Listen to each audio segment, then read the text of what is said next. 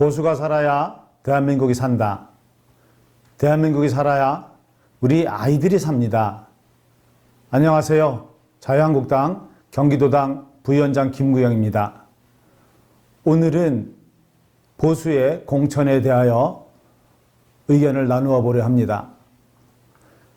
오늘날 보수가 이토록 어려움을 겪게 된 가장 큰 첫 번째 요인은 잘못된 공천이 가져온 엄청난 재앙 수준의 결과라는 것은 모두가 아는 사실입니다. 이해할 수 없는 공천으로 서로 갈등하고 반목하여 내부자끼리 총질하는 참으로 어처구니 없는 광경을 우리는 주변에서 자주 목격했을 것입니다.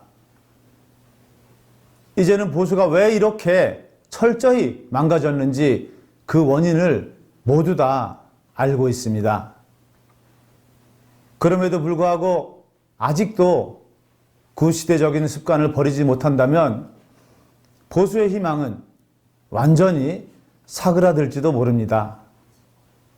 그런 면에서 내년 21대 총선은 역대 선거 중 가장 중요한 선거라고 생각합니다.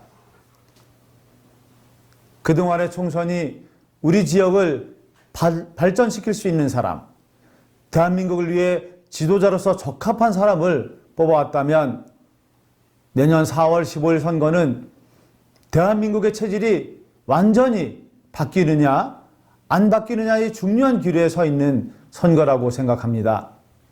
즉 자유민주주의를 지켜내느냐 사회주의로 흘러 들어가느냐의 매우 중요한 선거라고 생각합니다. 우리 모두가 아는 바와 같이 선거는 통계입니다.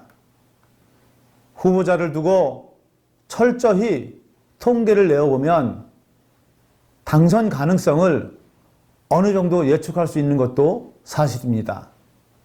그러나 이를 무시하고 그저 내가 좋아하는 사람, 나랑 친한 사람, 그냥 좋아 보이는 사람, 유권자가 이런 기준을 첫 번째로 꼽고 있다면 절대 안 됩니다. 그동안 공천 기준을 후보자의 전문성, 그리고 정당에 대한 기여도, 선거 수행 능력 또는 당선 가능성을 어느 정도 반영해서 세워왔다고 칩시다. 그러나 내년 보수 우파의 첫 번째 공천 기준은 내 사람 줄 세우기가 아니고 상대를 이길 가능성이 가장 높은 사람을 철저히 통계를 내서 공천에 우선시해야 된다고 생각합니다. 내년 선거가 자칫 여대 야소로 기울어진다면 대한민국은 걷잡을 수 없는 방향으로 급속히 내달릴 수 있을지도 모른다고 생각을 합니다. 지금까지 문재인 정부가 보여줬듯이 우리는 생전 가보지도 못한 길을 경험해보지도 않은 길을 그런 모험의 길을 가게 될지도 모릅니다. 문재인 정부가 들어서면서 헌법을 개정하려고 애를 썼던 것을 많은 국민들은 기억할 것입니다. 내년 총선에서 보수 우파가 이를 지켜내지 못한다면 헌법 개정은 불보듯 뻔한 것이고 어쩌면 우리는 후대 아이들에게 씻지 못할 과오를 저지를 수도 있다고 생각합니다. 입만 열면 포퓰리즘 정책으로 부족한 예산을 채우기 위해 이미 우리는 우리 아이들의 통장의 돈을 빌려 쓰고 있는 셈입니다.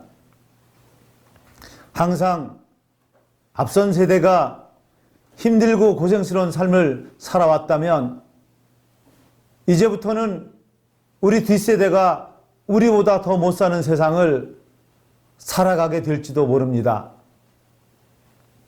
내년 총선은 무슨 수를 써서라도 좌파를 끌어내야 합니다. 누가 금배지를 다느냐보다 철저한 국가관과 보수의 가치를 지니고 있는 사람을 선별해서 반드시 이기는 선거를 해야 합니다. 선거에 나서는 후보자 역시 본인의 금배지가 눈에 아른거리는 사고를 가진 사람은 나서서는 안 됩니다.